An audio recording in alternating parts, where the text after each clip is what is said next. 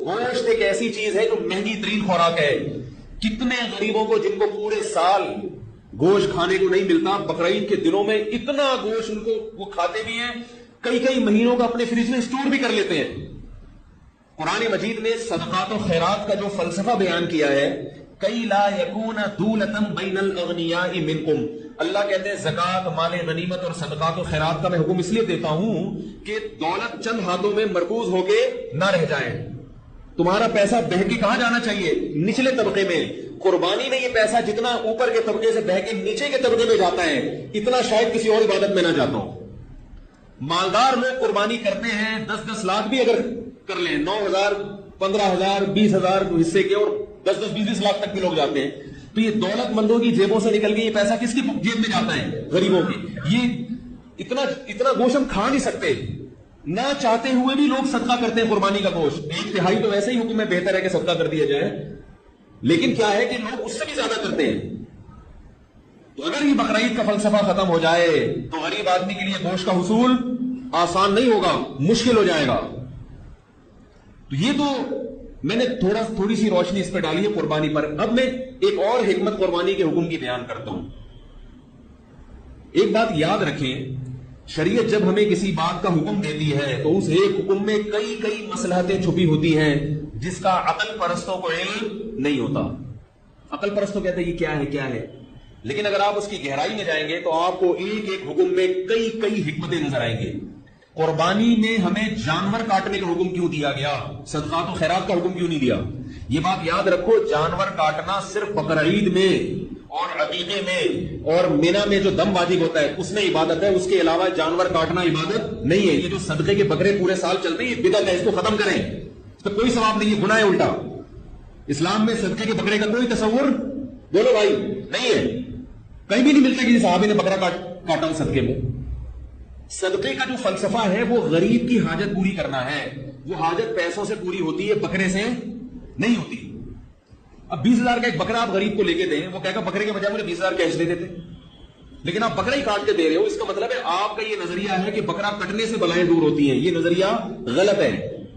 اگر آپ یہ کہتے ہیں کہ وہ پیسے کھا جائے گا تو بھائی راشن ڈلوا دو اس کے گھر میں. بعض غریب 2 نمبر بھی ہوتے ہیں، وہ 20,000 دو گے وہ گٹکے میں لگا دے گا، ہاں وہ راشن 20 بچوں کو پھر بھوکا مارے گا. تو اس کا طریقہ یہ 20,000 کا اس کے گھر میں کیا ڈلوا دو؟ راشن.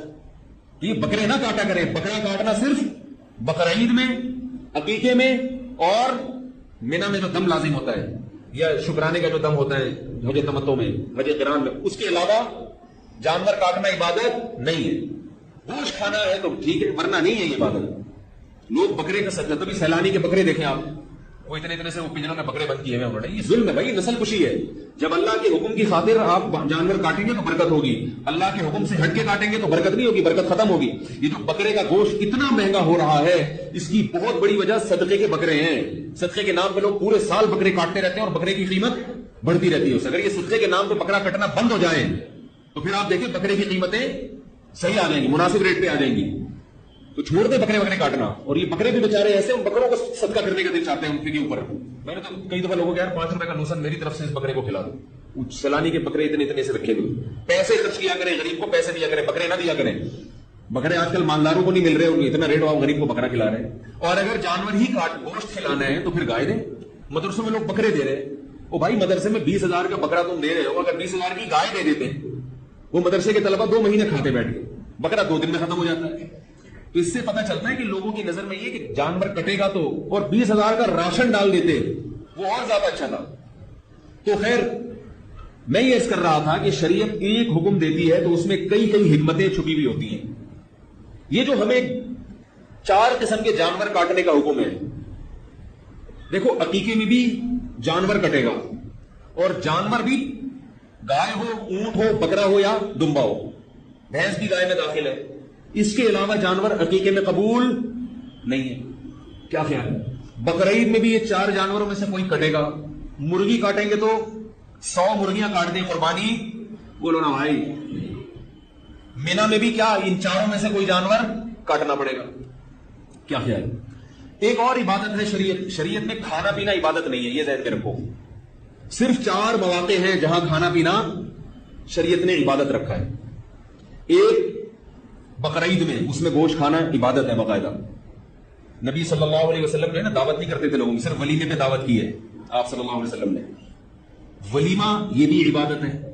یعنی اسلام میں 4 قسم کے کھانے ہیں کہ جن میں کھانا باقاعدہ عبادت ہے. ورنہ اسلام میں روزہ عبادت ہے، کھانا عبادت.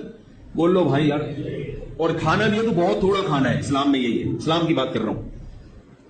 باقی ہم لوگ کا کیا حساب کتاب ہے وہ آپ کو سب کو پتا ہے. نبی صلی اللہ علیہ وسلم نے فرمایا بدترین برتن جو بھرا جائے وہ میدا ہے انسان کا. یعنی کوئی بھرا ہوا برتن آپ صلی اللہ علیہ وسلم کو اتنا ناپسند نہیں تھا جتنا کسی کا بھرا ہوا پیٹ. بہت سخت وعید ہے اس پر پیٹ بھر کے ٹھوسنے پر. تو کھانا پینا اسلام میں پسندیدہ کام، کھلانا پسندیدہ کام ہے، کھانا پینا پسندیدہ کام نہیں. اب کھا رہے ہیں، حضرت جی کی یاد میں کھا رہے ہیں، اور عید میلاد النبی پہ کھا رہے ہیں، اور اللہ کی محبت میں بھی کھا رہے ہیں، نبی کی محبت میں. تو نبی کی محبت میں وہ کام کرو جو نبی نے کیا. نبی نے کھا کے تھوڑی محبت کا اظہار کیا، نبی تو روزہ رکھ کے اظہار کیا ہے نا. تو نبی کی محبت میں روزہ رکھو. کیا خیال ہے؟ کم کھاؤ. تو یہ بہت اہم بات کرنے چلا ہوں، اللہ کرے سمجھ میں آ جائے. تو اسلام میں 4 قسم کے کھانے ایسے جن میں باقاعدہ کھانا عبادت ہے، اور کھلانا بھی اور کھانا بھی ایسے لوگ ہیں. ان میں ایک ہے بقرہ عید. کیا خیال ہے نا؟ اس میں تو نبی صلی اللہ علیہ وسلم نے گوشت اس کا شوق سے تناول فرمایا. اور بقرہ عید میں آپ صلی اللہ علیہ وسلم کچھ بھی نہیں کھاتے تھے اس وقت تک جب تک قربانی کا گوشت نہیں. یعنی کیونکہ اللہ کی طرف سے دعوت ہے. آپ کا مہمان میزبان یہ چاہتا ہے نا کہ آپ جب اس کے دسترخوان پہ بیٹھے تو پہلے سے پیٹ آپ کا بالکل خالی ہو. تو آپ صلی اللہ علیہ وسلم صبح سے کچھ بھی نہیں کھاتے تھے، کیونکہ اللہ جب گوشت کھلا رہے ہیں تو آپ چاہتے تھے کہ میرا معدہ بالکل خالی ہو، اس گوشت کو رغبت سے کھا سکوں میں. کسی نے دعوت کی اور آپ پیٹ بھر کے چلے گئے، اب آپ دھونے والے لے کے رک گئے، تو جس نے دعوت کی اس کو غصہ آئے گا کہ نہیں آئے گا؟ تو اس لیے یہ جو نبی نے صبح کچھ نہیں کھاتے تھے نا، اس لیے تاکہ رغبت سے کھائیں. لیکن یہ اس وقت ہے جب قربانی وقت پہ تیار ہو جائے. آج کل 6-6 7-7 بھی بچ جاتے ہیں تو کھا لیا کریں، کیونکہ جانور قربان کرنے کا حکم ہے، خود قربان ہونے کا حکم نہیں ہے. تو اگر جلدی ہے 10-11 بجے تک گوشت تیار ہو جائے گا تو بھوکے رہیں. اگر اس سے بھی دیر ہوگی تو دھونے والے کھا لیا کریں، کیونکہ پھر اتنا زیادہ وہ عید کا دن بھی ہے نا، یہ بھی تو دیکھنا ہے. تو اور اگر کوئی برداشت کر سکتا ہے شام تک کچھ بھی نہ کھائیں تو ثواب کی بات بہرحال یہی ہے، کچھ بھی نہ کھاؤ. پہلا نوالا کون سا اترے؟ قربانی کے گوشت. تو ایک کھانا عبادت ہے کب؟ قربانی میں. دوسرا کھانا عبادت ہے عقیقے میں. ٹھیک ہے نا، عقیقے میں حکم ہے کھاؤ بھی کھلاؤ بھی. تیسرا جو حج تمتع میں اور حج قران میں قربانی کرتے ہیں اس میں بھی حکم ہے کھاؤ، وہ بھی قربانی ہی ہے، تو اس کو ہم بقرہ عید میں ڈال دیتے ہیں. تو اور چوتھی عبادت ہے ولیمے میں. ولیمے میں بھی حکم ہے اولم ولو بشاتن. فرمایا ایک بکرا ہی کیوں نہ ہو ولیمہ ضرور کرو. اس میں بھی تذکرہ کس کا آ گیا؟ بکرے کا. یہ گائے کر لو اس میں. تو 4 قسم کے کھانے اسلام میں، ان میں قدر مشترک کیا ہے؟ سب میں گائے، بکرا، اونٹ، دمبا. نہیں آ رہی بات. یہ بھی تو اسلام کہہ سکتا تھا کہ تمہارے یہاں بچہ پیدا ہوا ہے تو بریانی کی 4 دیگیں پکا لو، چکن بریانی کی. کہہ سکتا تھا نا اسلام. یہ دال چاول کھلا دو لوگوں کو. کیا خیال ہے؟ بقرعید پہ اللہ کہتے ہیں قربانی کرنی ہے تو 100 مرغیاں کر دو، یا لوگوں کو ویسے ہی جمع کر کے خود بھی کھاؤ اور مسور کی دال اور دال چاول کھلا دو، خود بھی کھاؤ پبلک کو بھی کھلاؤ. ہر جگہ ذکر آ رہا ہے اونٹ، گائے، بکرا، دمبا. اس کے علاوہ نہیں. اس سے پتہ چلتا ہے کہ یہ 4 جانوروں کا گوشت ایسا ہے کہ شریعت چاہتی ہے کہ مسلمان کھائیں. دنیا کی بہت ساری قومیں گوشت نہیں کھاتی. بہت ساری قومیں بڑا گوشت یعنی چکن اور مچھلی تو کھا لیں گی، یہ بڑے جانوروں کا گوشت نہیں کھاتی. اسلام میں ان جانوروں کا گوشت کھانا مذہب کا حصہ ہے. آپ مذہب کی بہت سارے احکامات کو فالو کر ہی نہیں سکتے جب تک آپ اونٹ کا گوشت، گائے کا گوشت، بکرے کا گوشت اور دمبا کا گوشت نہیں کھاؤ گے. بتاؤ جو بکرے کا گوشت نہیں کھاتا وہ بقرعید منا سکتا ہے؟ وہ سر نہیں بکرا نہیں کھانا. ایکچولی کے بعد کچھ بھی لگاتے ہیں آپ، ٹھیک ہے نا، ہم نہیں کھا سکتے. وجہ کیا ہے؟ اسلام کیا چاہتا ہے؟ مسلمان کیا کھائے؟ گوشت کھائے. نہیں یاری بات سمجھ. اسلام کیا چاہتا ہے؟ مسلمان ہندو کی طرح سبزیوں پہ گزارا نہ کرے، ورنہ پریڈ کرتے ہوئے گر جائے گا.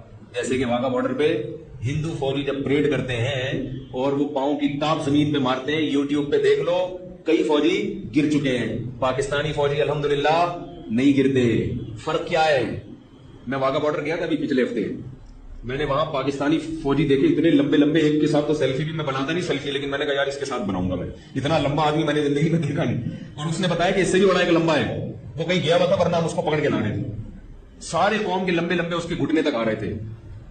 ان کے فوجی اتنے، واگا بارڈر پہ دیکھو، ان کے اتنے ہندو اتنے لمبے نہیں ہوتے.